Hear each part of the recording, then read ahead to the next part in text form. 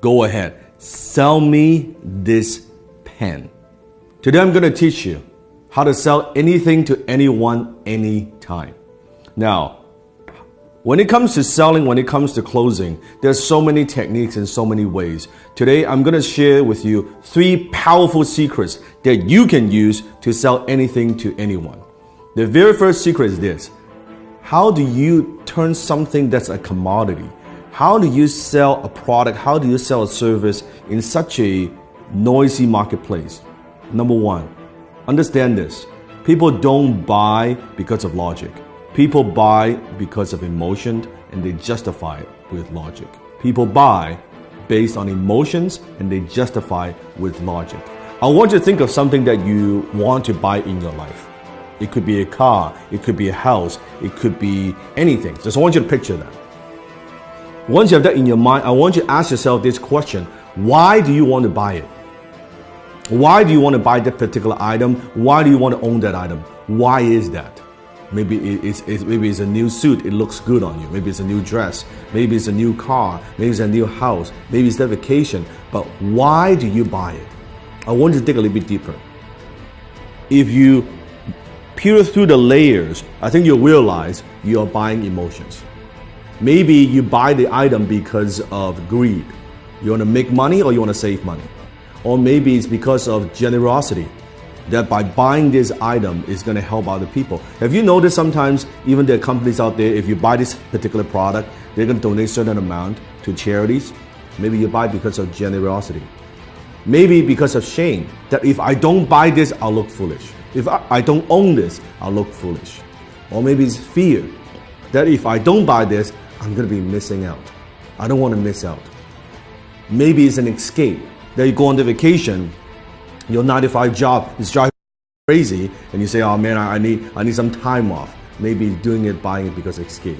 Whatever those reasons are, those are very often emotional reasons. So you buy because of emotion, and you justify with logic. So think about when you're selling something to somebody. Are you just talking about features and benefits?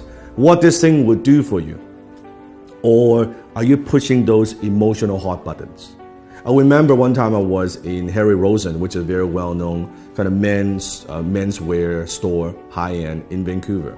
I walked into the store and I was walking by the Tom Ford section. And the salesman approached me and said, sir, is there anything I can help you with? I said, no, I'm just browsing around. And he said, do me a favor.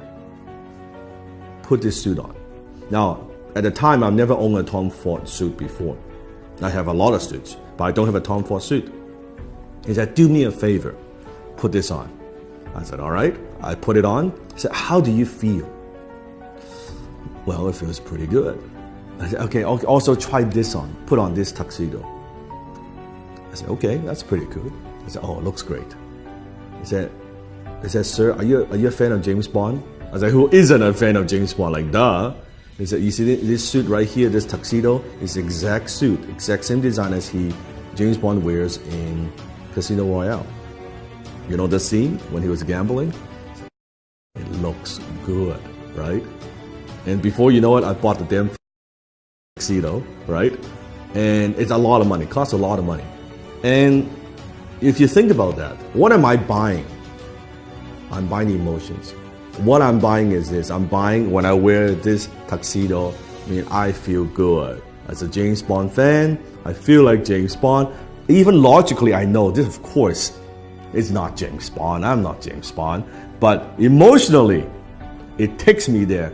This is cool that I own, I wear the same tuxedo, the same fit, right? The same everything. And then he upsold me on the damn, like the shirt and the cufflink, the whole 9 yards, right?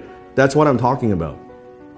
People buy because of emotions and they justify with logic. You have to understand that. Don't push your products. Don't just push your services. Don't push the features and benefits. Think about what are those emotional hot buttons that you're pushing. Number 2, people don't buy their way into something. They buy their way out of something.